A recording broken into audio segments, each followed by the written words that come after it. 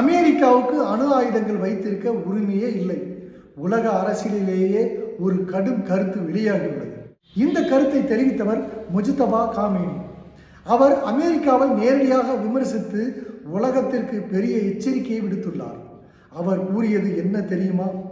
மனித குலத்திற்கு எதிராக அணு ஆயுதங்களை பயன்படுத்திய ஒரு நாட்டிற்கு அதை வைத்திருக்கும் உரிமையே இல்லை. இது நேரடியாக அமெரிக்காவை குறித்தே சொல்லப்பட்டதாக அரசியல் வட்டாரங்கள் கூறுகின்றன. உலகத்தில் உண்மையான அமைதி வேண்டுமென்றால் அணு ஆயுதங்களை முழுமையாக ஒழிக்க வேண்டும் என்று அவர் கூறினார். அணு ஆயுதங்கள் மனித குலத்திற்கு மிகப்பெரிய அச்சுறுத்தலாக இருக்கு என்று எச்சரிக்கிறார். அதனால் உலக நாடுகள் ஒன்றிணைந்து நடவடிக்கை எடுக்க வேண்டும் என்று வலியுறுத்தி கூறியிருக்கிறார். இந்த கருத்து சர்வதேச அரசியல் வட்டாரங்களில் பெரும் விவாதத்தை கிளப்பியுள்ளது. ஏற்கனவே உலகத்தில் பல இடங்களில் போர் பதட்டம் அதிகரித்து கொண்டே வருகிறது. அந்த சூழ்நிலையில் இந்த கருத்து வெளிவந்து மேலும் கவனத்தை ஈர்த்துள்ளது. சிலர் இதை அமெரிக்காவுக்கு எதிரான கடுமையான அரசியல் விமர்சனம் என்கிறார்கள்.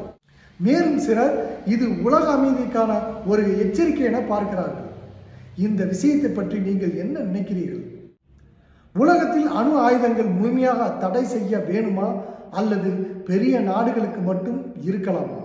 உங்கள் பார்வையில்